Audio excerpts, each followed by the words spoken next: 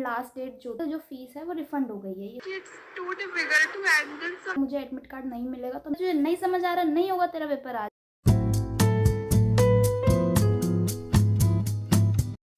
Hello buddies, welcome और welcome back to my channel. Here is me Prachi Sharma and आज की video मुझे नहीं लगा था कि मैं ये वीडियो कभी बनाऊंगी, but still I am making this video because last के 2 to 3 डेज़ मेरी लाइफ के सबसे ज़्यादा स्ट्रेसफुल डेज़ गए हैं। So I am gonna share with you these in detail. So मैं एक डिस्क्लेमर देना चाहती हूँ कि ये जो कुछ भी हुआ है उसमें मैं किसी को ब्लेम नहीं कर रही हूँ एंड ऑनेस्टली आई थिंक कि ये सब हो गया, मैं किसी को ऐसे ब्लेम नहीं करना चाहती हूँ like it because of you and because of anybody. So without any further delay let's get start with the video. So सबसे पहले let me explain the scenario why this all happen. Because हमारे जब exam form आया था, exam form I guess November से ही आ रहा था एंड उसकी डेट जो थी वो एक्सपेंड होती जा रही थी एंड इसके बीच में हमारे एनरोलमेंट नंबर आए। एनरोलमेंट नंबर जब आए तो एक बार ये मैंने सुना था कि एनरोलमेंट नंबर में थोड़ी सी गलती है, कुछ करेक्शंस हैं, उसके बाद आप फॉर्म फिल कर सकते हैं।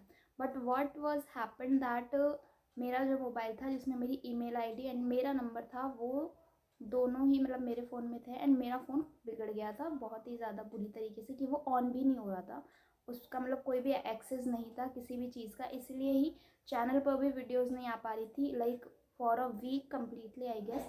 पूरे हफ्ते के लिए कोई वीडियो नहीं आई थी। I was not active on Instagram for a week, on WhatsApp as well, कहीं पर भी एक्टिव नहीं थी फॉर 1 वीक। सो इस वजह से ये सारी प्रॉब्लम हुई एंड ये प्रॉब्लम 1 या 2 तारीख में हुई थी एंड जब भी हमारे एनरोलमेंट नंबर करेक्ट हुए थे आई गेस, जब ही हुए थे। एंड हुआ क्या कि ये सारी प्रॉब्लम हुई एंड लास्ट डेट जो थी एग्ज़ाम फॉर्म फिल करने की वो थी 6, मतलब लास्ट डेट थी 5 दिसंबर बट 6 मैं कह रही हूँ क्योंकि वो लेट फीस के साथ थी एंड मैंने अपना फॉर्म 6 को ही फिल करा था। बट व्हाट वाज हैपन, मैंने लेट फीस के साथ फिल कर दिया, इट्स ओके एग्ज़ाम फॉर्म। सो मेरा फर्स्ट एग्ज़ाम था 12 दिसंबर को एंड 11 दिसंबर को मुझे पता चला कि मेरा जो एग्ज़ाम फॉर्म है वो रिजेक्ट हो चुका है एंड जो फ़ीस है वो रिफ़ंड हो गई है। ये सारी चीज़ हुई तो मैं इमीडिएटली अपने कॉलेज पहुंची। सबसे पहले आई गेस 2-3 बजे में निकल गई, 2 बजे में निकल गई थी, 3 बजे तक मैं कॉलेज पहुंची। जो हमारे सर थे, हमारे इंचार्ज,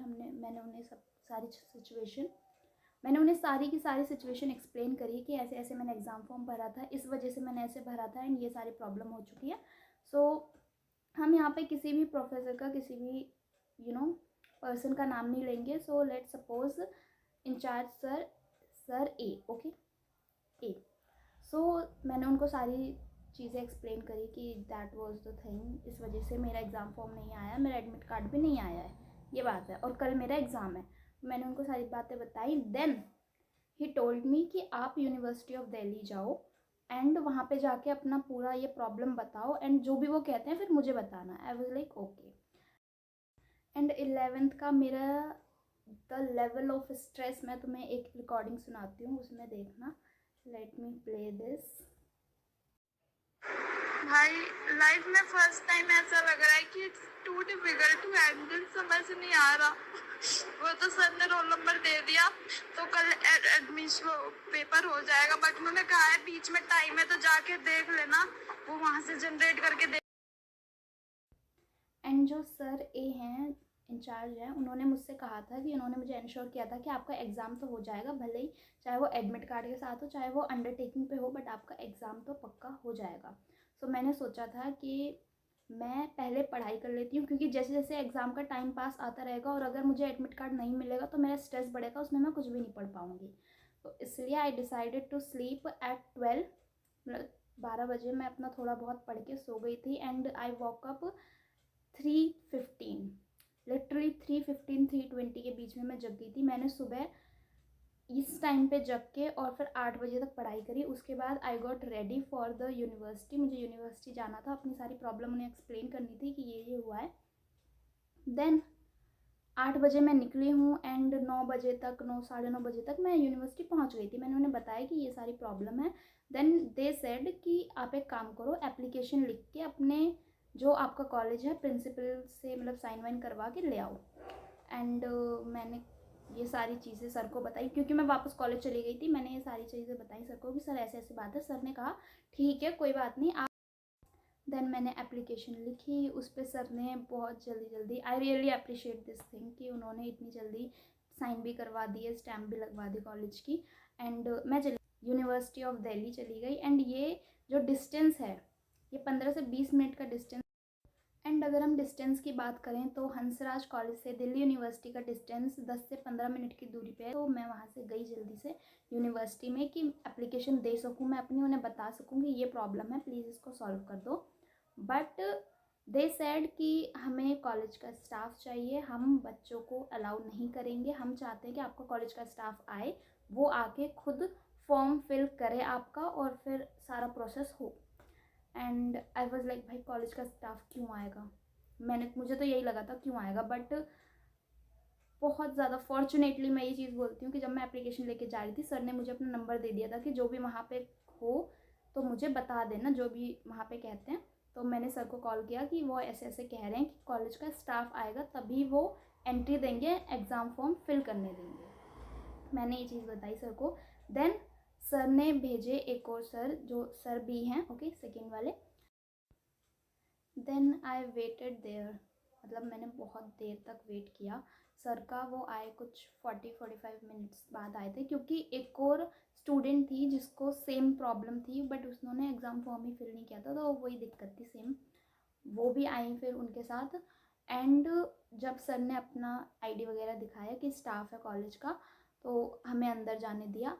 एंड मेरी तो एप्लीकेशन थी, सर ने मुझसे कहा कि अपने एग्ज़ाम कोड और जो भी आपके एग्ज़ाम है उस सब्जेक्ट के कोड एंड अपना एनरोलमेंट नंबर लिख के दे दो।